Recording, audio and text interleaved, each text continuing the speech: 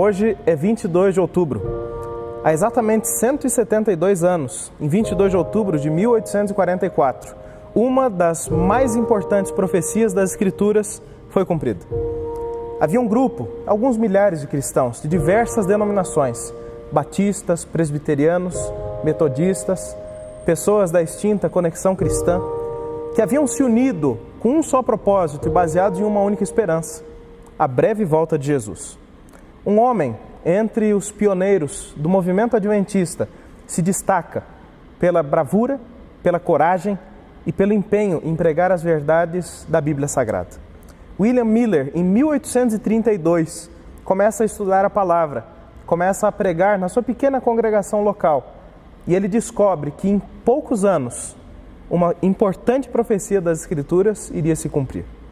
Quando nós vamos para a Bíblia, nós percebemos que várias profecias estavam para se cumprir naquela época. Nós podemos citar diversas, porém a mais importante de todas é aquela que se encontra no livro do profeta Daniel, no capítulo 8, verso 14. A palavra do Senhor diz assim: Ele me disse, até 2.300 tardes e manhãs, e o santuário será purificado.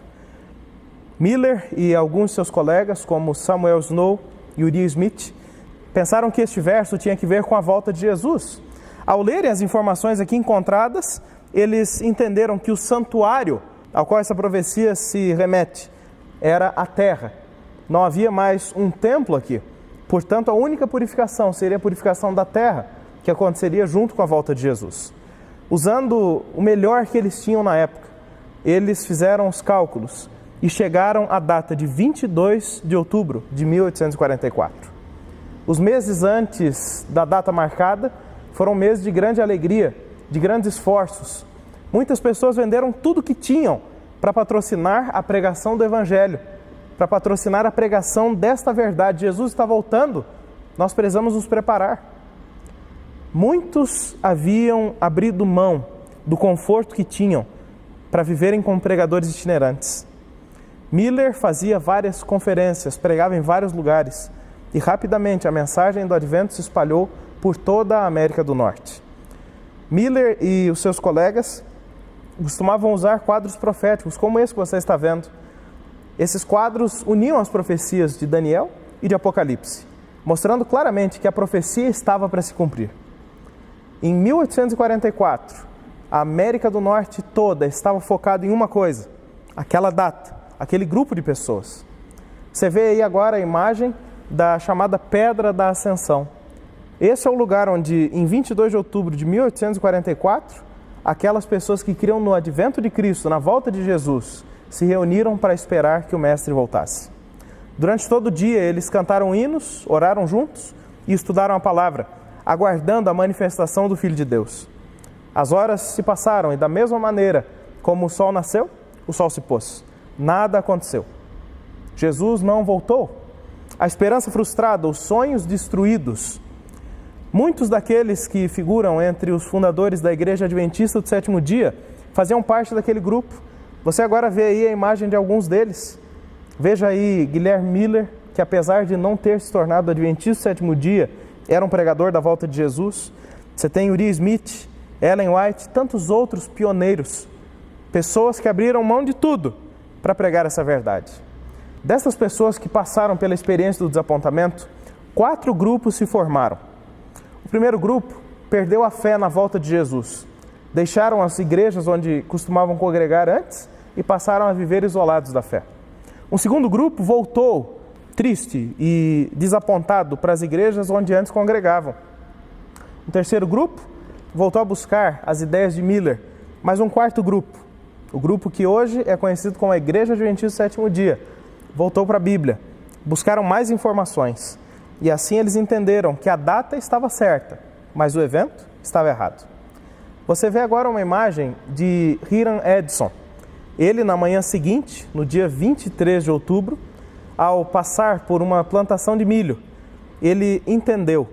O Senhor Deus deu a ele o entendimento de que o que havia acontecido no dia anterior não era a volta de Jesus, e sim um dos passos que precisavam ainda ser dados por Deus para a nossa redenção final. Hiram Edson entendeu que Jesus não iria voltar à Terra no dia 22 de outubro, mas que Jesus, no santuário celestial, iria iniciar a primeira fase do juízo de Deus. Quando nós vamos à Bíblia, nós percebemos que o juízo é dividido em 3 partes. A primeira delas é essa que é mostrada aqui em Daniel 8:14, quando a purificação do santuário começa a ser feita. Nós então temos a compreensão de que vivemos no grande dia da expiação escatológica. O fim dos tempos seria marcado por um momento em que o santuário celestial iria ser purificado. Finalmente, todas as pessoas iriam receber um veredito de salvas ou de perdidas. Esse veredito não se baseia nas obras, mas sim na escolha. Se aceitamos ou se rejeitamos a graça. As nossas obras, sejam elas boas ou ruins, são apenas consequências desta escolha, que é a única escolha que o ser humano precisa fazer. Aceitar a graça de Deus ou ser o seu próprio representante diante dos céus. Assim se iniciou no santuário celestial a fase do juízo investigativo, quando Cristo colhe provas com relação a todas as pessoas que já viveram, começando pelos mortos e chegando até nós, os vivos, com relação às nossas escolhas. Isso tem que ver com a vindicação do caráter de Deus. Mostrar que a lei de Deus é justa. Mostrar que a lei de Deus pode ser obedecida. Mostrar que através da graça nós podemos viver uma vida semelhante à de Cristo. A segunda fase do juízo, que ainda não começou, mas nós queremos estar muito perto de começar, é a fase de confirmação da justiça e do juízo de Deus. Durante o milênio, nós, os salvos, que estivermos na Nova Jerusalém, vamos ter acesso aos livros celestiais. Lá nós vamos entender por que a graça nos salvou. Lá nós vamos entender mais sobre o caráter e sobre o amor de Deus. Lá no santuário celestial, na Nova Jerusalém, nós vamos ver aquilo que só Deus e os anjos viram. Nós vamos ter acesso a livros que contam a história de cada ser humano. Lá nós vamos entender por que nós somos salvos, mesmo sendo tão pecadores. Lá nós vamos entender por que algumas pessoas que nós julgávamos santas e dignas do céu não vão estar lá.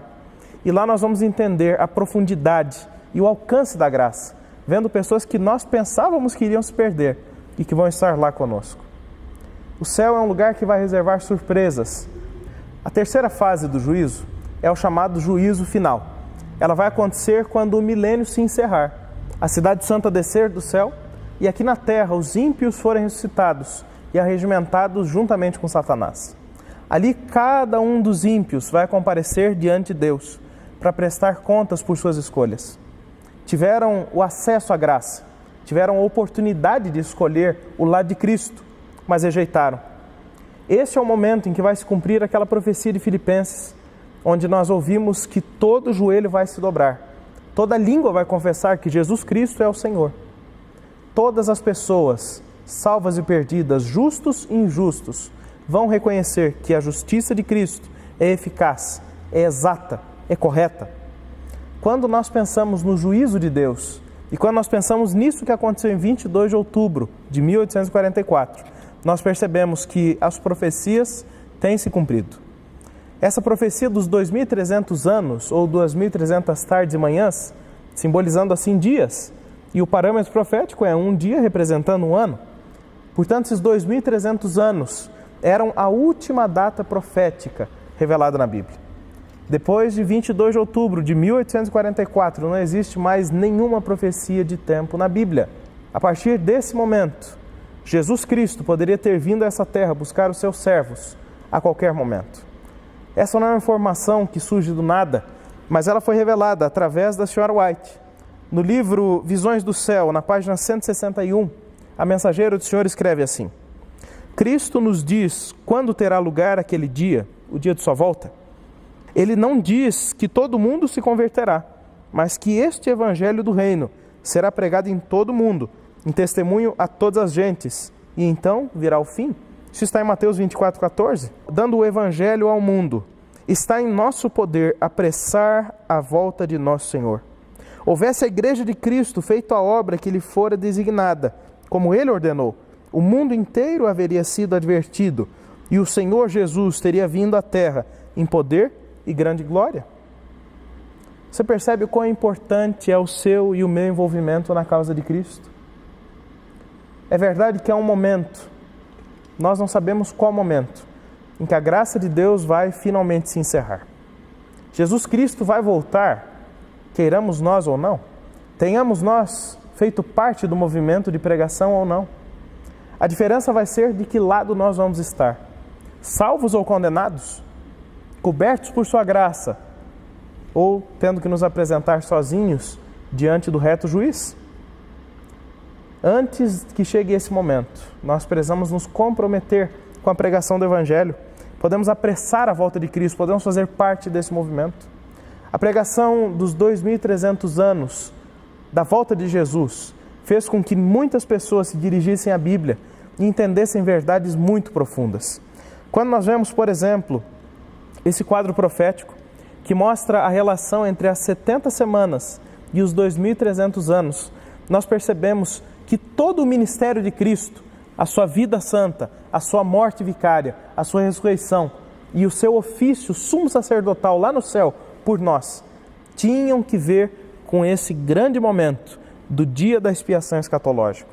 Iniciando lá em 457 a.C., com o terceiro decreto do rei Artaxerxes para reedificar Jerusalém, o templo, as suas circunvalações, nós temos um marco que nos dá a data do início dos 2.300 anos. Depois, no ano 27, já depois de Cristo, nós temos aquilo que Daniel 9 chama de a unção do Messias. O batismo de Jesus é o momento em que o seu ministério é iniciado. Ali Jesus assume o papel de ser o representante da humanidade diante dos céus. Ali ele finalmente toma o lugar de Adão para provar que a justiça de Deus existe e que a misericórdia dele não falha. O batismo de Jesus é muito importante e serve de exemplo para nós. Por isso que até hoje nós adventistas celebramos o batismo bíblico em memorial e para nossa salvação também. Depois do ano 27, nós temos um marco profético no ano 31, a morte de Cristo.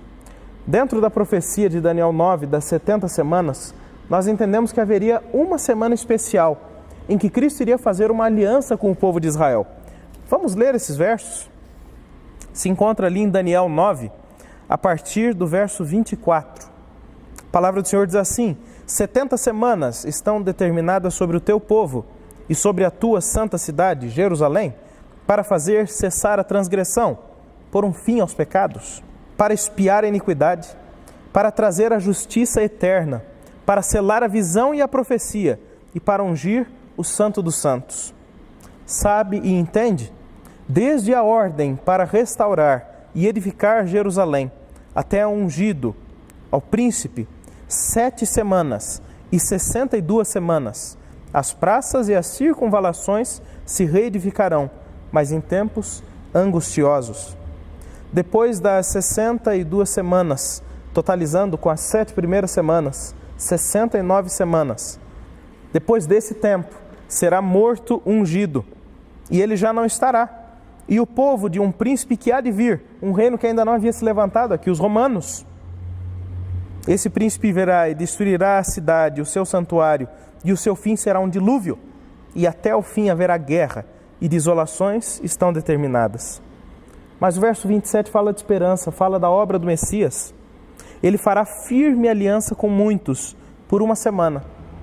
7 dias proféticos, 7 anos. O marco inicial, o seu batismo. Na metade da semana ele faz cessar o sacrifício e a oferta de manjares. Essa é a sua morte, que faz caducar o sistema de sacrifícios antigos que apontavam para Jesus. Depois disso, sobre a asa das abominações virá o assolador, até que a destruição que está determinada se derrame sobre ele. Esses versos que nós lemos falam do ministério de Jesus durante esta semana, durante este período profético de 7 anos. Desde o ano 27 até o ano 34, Jesus iria ter uma aliança especial com o povo de Israel. O primeiro, nós já vimos, o primeiro ponto era o batismo de Cristo. O segundo ponto, a sua morte e ressurreição no ano 31. E por fim, a morte do primeiro mártir, Estevão, no ano 34. Você vê aí agora uma figura do apedrejamento de Estevão. Você vê esse rapaz que está em pé e aos seus pés algumas vestes? Este é Paulo. Paulo é aquele que seria o apóstolo dos gentios. Após a morte de Estevão, ele passa por uma experiência de encontro com Cristo. No caminho para Damasco, ali na estrada, ele literalmente cai do cavalo e Jesus o chama para ser um apóstolo. A partir desse momento ele entende que não apenas Israel era digno de ouvir sobre a graça, mas que todo mundo precisava se converter a essa verdade maravilhosa. Todas essas coisas das quais nós estamos falando convergem em um ponto: o início do juízo investigativo no céu, o início da investigação para determinar quem é salvo e quem é perdido. Por isso que é tão importante nós entendermos que Jesus é o nosso sumo sacerdote. Jesus é o nosso advogado no santuário celestial. Ele apresenta as suas mãos feridas diante do Pai, para que nós possamos ter perdão e justiça eterna. Nós não merecemos isso. Esse é um presente, a graça de Deus. Quando Jesus finalmente terminar a sua obra de investigação, ele voltará com todos os anjos do céu, com poder e muita glória. Ele vem para resgatar o seu povo, um povo peculiar, um povo que o aguarda. Esse povo é marcado por 3 pontos muito específicos. Eu gostaria de falar sobre esses pontos com você agora. Em primeiro lugar, nós precisamos entender que o povo do Advento tem um estilo de vida peculiar. Esse estilo de vida se baseia naquilo que o profeta Isaías, no capítulo 58, escreveu. Vamos ler? Isaías 58, a partir do verso 6. Porventura, não é este o jejum que escolhi? Que soltes as ligaduras da impiedade, desfaças as ataduras da servidão, deixes livres os oprimidos e despedaces todo o jugo? Porventura não é também que repartas o teu pão com o faminto e recolhas em tua casa os pobres desabrigados, e se vires o nu, o cubras, e não te escondes do teu semelhante? Então romperá a tua luz como a alva, a tua cura brotará sem detença, a tua justiça irá diante de ti, e a glória do Senhor será a tua retaguarda. Então clamarás ao Senhor, e o Senhor te responderá. Gritarás por socorro, e Ele te dirá: eis-me aqui. Se tirares do meio de ti o jugo, o dedo de ameaça, o falar injurioso, se abrires a tua alma ao faminto, e fartares a alma aflita, então a tua luz nascerá nas trevas, e a tua escuridão será como o meio-dia. O Senhor te guiará continuamente, Ele fartará a tua alma, até em lugares áridos, e fortificará os teus ossos. Serás como um jardim regado, e como um manancial cujas águas jamais faltam. Quando nós falamos em estilo de vida, muitas pessoas pensam na alimentação que nós devemos ter, no tipo de lugares que frequentamos, nas roupas que usamos, o tipo de música que fazemos. Porém, todos esses são sinais externos de uma realidade interna. Deus está mais interessado naquilo que nós somos do que naquilo que nós demonstramos. Os fariseus da antiguidade eram campeões em mostrar uma aparência de santidade. Porém, eles negavam a eficácia da piedade verdadeira. Será que você tem vivido uma vida que está baseada mais na aparência do que no conteúdo? Será que eu e você temos nos preocupado mais com parecermos cristãos do que com de fato sermos semelhantes a Jesus? Deus aqui fala do jejum que Ele escolheu. Jejum não tem que ver com comida, com bebida. Jejum tem que ver com abnegação. Deus não quer que os seus filhos vivam uma vida de aparências. Ele quer que a nossa relação com Ele seja íntima, estreita e verdadeira. O nosso estilo de vida deve ser um eco do estilo de vida de Cristo. Assim como Jesus viveu, os seus discípulos devem viver. Nós podemos vencer porque Ele venceu. Nós podemos ser um bom exemplo porque Ele foi o maior de todos os exemplos. A intenção de Deus é que o seu povo se livrasse de toda impiedade, escapasse da servidão ao pecado. O plano de Deus é que entre o seu povo não houvessem oprimidos. E esse é o sonho de Deus para todas as pessoas. É a nossa missão como cristãos, fazer com que esse plano se espalhe pelo mundo. Nós precisamos dar liberdade às pessoas, pregar libertação do pecado. Eu e você temos uma responsabilidade santa diante de Deus.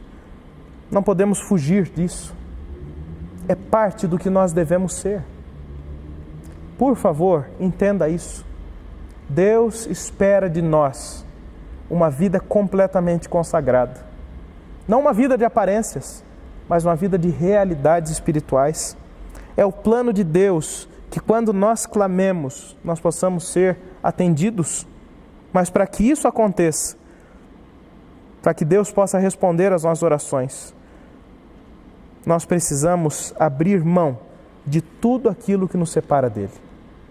Seja o falar arrogante, seja o pensar mal dos outros, seja o julgar sem ter condição de fazê-lo. Todas essas coisas atrapalham a nossa relação com Deus e nos afastam de Cristo. A promessa de Deus é que quando nós vivermos esse tipo de estilo de vida, nós seremos guiados por Ele continuamente. Nossa alma será fartada por sua justiça e nós seremos como um jardim regado e como um manancial cujas águas nunca faltam. A água da vida, que é Cristo Jesus, quer brotar no seu viver. Permita que Ele faça essa obra. A única coisa que o ser humano precisa fazer para que isso seja verdade é permitir que o Espírito Santo trabalhe. Há um segundo ponto importante no estilo de vida que nós, adventistas, os que cremos que Jesus é o nosso advogado, devemos ter. É aquilo que é apresentado nos versos 13 e 14.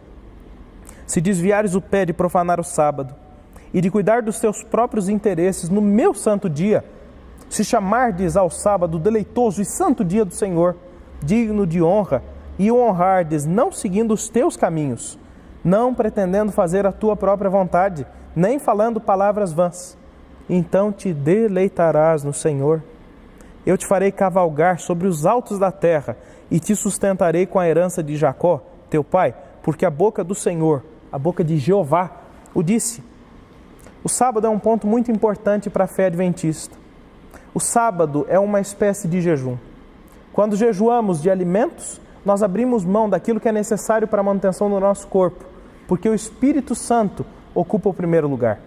Abrimos mão daquilo que gostamos e até daquilo que necessitamos para ter uma conexão íntima com Deus. O sábado funciona da mesma forma. Deus dá uma semana inteira, 6 dias, para que nós façamos aquilo que precisamos para viver. Durante 6 dias nós andamos o nosso caminho, fazemos aquilo que é necessário para a nossa sobrevivência. Mas o 7º dia, a observância do sábado é uma prova de fé. O 7º dia é o momento em que tudo aquilo que é nosso deve cessar e somente aquilo que é de Deus deve existir. Você considera o sábado como um dia deleitoso? Ou o sábado é um peso para você? Muitas pessoas, muitos adventistas, pensam que o sábado é um peso. Pensam que o sábado é o dia do não pode, é o dia das proibições. Não é isso que a Bíblia mostra. O sábado é um dia de receber a bênção especial de Deus. O sábado é um dia de aprender a ser sustentado pela fé, com a herança de Deus. O sábado é um dia de prova. E no contexto do fim, o sábado vai ser a marca do povo remanescente, fiel a Deus. O estilo de vida adventista deve se basear nessas verdades. Deus espera de nós que nós vivamos livres e desimpedidos de todo o mal e que preguemos isso. Deus espera que nós tenhamos prioridades e a nossa maior prioridade deve ter um encontro com Ele. Observar aquilo que Ele pede, lembrar de quem Ele é. Em segundo lugar, eu gostaria de apresentar a você qual deve ser a base da nossa pregação. O que devem crer e pregar os adventistas do 7º dia? O livro do Apocalipse, lá no capítulo 14, nos mostra claramente qual é o tipo de mensagem que os adventistas devem pregar. Nós vamos ler dos versos 6 até o verso 12. Você com certeza conhece esses textos, já deve ter lido e estudado sobre eles, mas me permita lembrar o que nós precisamos aqui. O verso 6 diz assim: Vi outro anjo voando pelo meio do céu, tendo um evangelho eterno para pregar aos que se assentam sobre a terra, a cada nação, e tribo, e língua, e povo, dizendo em grande voz: Temei a Deus e dai-lhe glória, pois é chegada a hora do seu juízo, e adorai aquele que fez o céu, e a terra, e o mar, e as fontes das águas. Essa é a mensagem do primeiro anjo aqui de Apocalipse 14. E nós adventistas cremos que as 3 mensagens angelicais são as 3 últimas palavras de misericórdia para esse mundo. São 3 possibilidades de retorno para a humanidade desviada. São 3 palavras de misericórdia para o tempo em que vivemos. 2 verdades muito importantes são anunciadas nesses 2 versos que nós lemos. Em primeiro lugar, o fato de que o juízo de Deus já começou. Ele já está investigando as escolhas de nós todos. Precisamos viver de acordo com essa verdade. Precisamos saber o que isso significa. Nós temos um mediador, um sumo sacerdote. Ele nos defende, Ele nos perdoa, Ele nos dá uma nova chance. É Ele o caminho de retorno. É Ele a verdade que nos salva. É Ele a vida que nos é prometida. Este juízo não deve trazer medo para nós, e sim certeza da misericórdia de Deus atuando na nossa vida. Juízo tem que ver com vindicação. E esse é o momento em que nós podemos ser vindicados diante de Deus.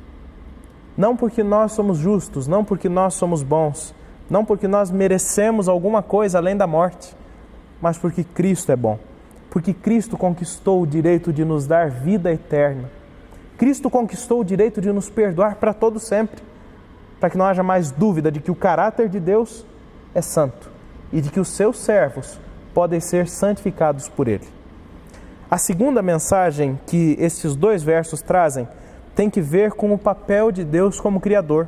E aqui nós lembramos do dia especial de Deus, o sábado. Por isso que o sábado é tão importante para o estilo de vida adventista. O sábado nos ajuda a lembrar que nós somos criaturas de Deus. Nós fomos feitos à imagem e à semelhança dEle, perfeitos, sem mácula, inocentes. Eu e você não precisaríamos conhecer o mal por experiência. Eu e você não precisaríamos sofrer tudo o que sofremos. Se Adão tivesse escolhido pela justiça e não pelo seu próprio caminho, todo o mal, toda a morte, todo o sofrimento nunca teriam existido no planeta Terra. Felizmente, a mensagem de salvação está à nossa disposição. Por isso devemos temer a Deus e dar glória a Ele.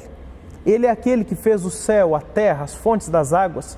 Ele é o Criador de tudo. Ele é o Senhor da sua vida e é o Senhor da minha vida. Ele é o Senhor que nos salva, que nos resgata, que nos oferece a salvação. Mesmo que tenhamos nos desviado do seu plano original, podemos retornar ao lar de onde nunca deveríamos ter saído. O sábado é um símbolo disso. O sábado nos lembra do lar perfeito que nossos primeiros pais tiveram. E o sábado aponta para o segundo lar que Cristo está preparando para nós todos. Não se turbe o vosso coração. Credes em Deus, crede também em mim. Na casa de meu Pai há muitas moradas. Se assim não for, eu vou teria dito, pois vou preparar-vos lugar. E quando eu for e vos preparar lugar, voltarei e vos receberei para que onde eu estou estejais vós também. Essa é a promessa de Cristo. Esse lugar já está pronto. Nós é que não estamos prontos. Esse lugar já está preparado. Tudo pronto para nos receber na eternidade. E nós ainda insistimos em perder tempo nessa terra de pecado. Querido, não permita que nada te afaste da graça desse Deus. Não permita que nada te faça perder o foco. Não permita que as pressões do dia a dia ou que as ofertas desse mundo te façam perder a eternidade. O segundo ponto que deve existir na pregação adventista é a mensagem do segundo anjo, presente em Apocalipse 14, verso 8. E a palavra do Senhor aqui diz assim: seguiu-se outro anjo, o segundo, dizendo: Caiu a grande Babilônia, que tem dado a beber a todas as nações do vinho da fúria da sua prostituição. Esta também é uma mensagem importante, é uma mensagem de juízo. Esta é a mensagem que coloca os inimigos de Deus no seu lugar devido, destruídos, abaixo da sola dos pés do Senhor. Essa é uma mensagem que nos lembra de que Deus vai trazer todas as coisas à luz e Ele vai dar a paga merecida para aqueles que escolheram a sua graça, a vida eterna. Para aqueles que escolherem o mal, o mesmo destino de Babilônia. Babilônia é um símbolo das ferramentas que Satanás usa para contrafazer os planos de Deus. Babilônia é um símbolo dos poderes que perseguem o povo de Deus. Babilônia é um símbolo de tudo aquilo que há de errado com esse mundo. E Deus vai trazer um fim para isso tudo. Pode até parecer que está demorando, mas Deus está apenas sendo paciente. Não se engane, o juízo de Deus não se atrasa. Deus não conhece nem adiantamentos e nem tardanças. Na hora certa, Ele vai vindicar o seu povo e a sua justiça. Babilônia vai cair, Jesus vai voltar. E nós vamos por toda a eternidade viver ao lado de Cristo.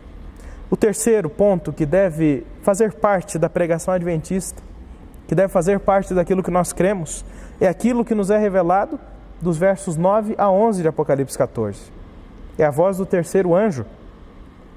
Seguiu-se a estes outro anjo, o terceiro, dizendo em grande voz: se alguém adora a besta e a sua imagem, e recebe a sua marca na fronte ou sobre a mão, também esse beberá do vinho da cólera de Deus, preparado sem mistura do cálice da sua ira, e será atormentado com fogo e enxofre diante dos santos anjos e na presença do Cordeiro. A fumaça do seu tormento sobe pelos séculos dos séculos, e eles não têm descanso algum, nem de dia nem de noite, os adoradores da besta e da sua imagem, e quem quer que receba a marca do seu nome. Babilônia, nestes versos, é chamada de besta. A besta que há de reger o mundo, juntamente com Satanás, no final dos tempos. Quando nós vamos para o Apocalipse 13, nós entendemos que Satanás usa ferramentas para tentar dominar o mundo e desviar o foco de Cristo. Babilônia, a primeira besta, é aquela que há de ser novamente entronizada, há de ter novamente senhorio sobre esse mundo de pecado, mas por pouco tempo. E então a destruição dela virá.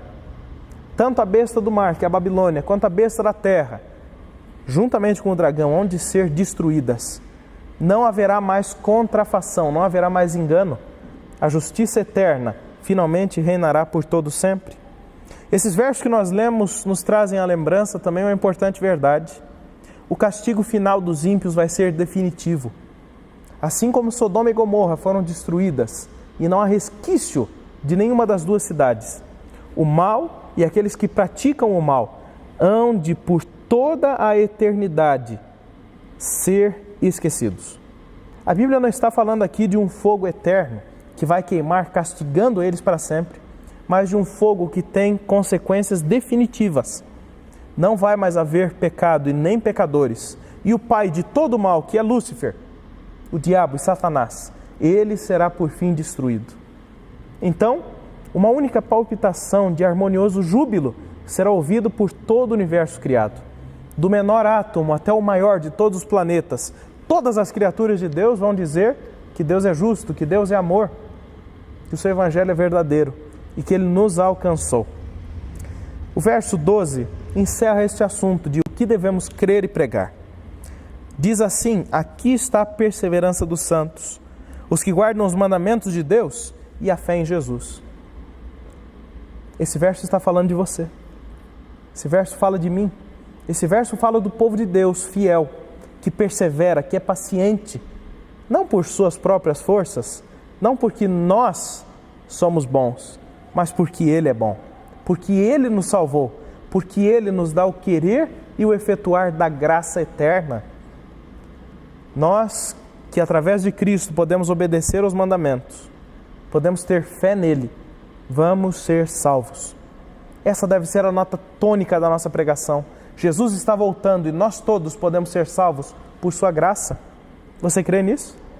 Nós precisamos viver essa verdade.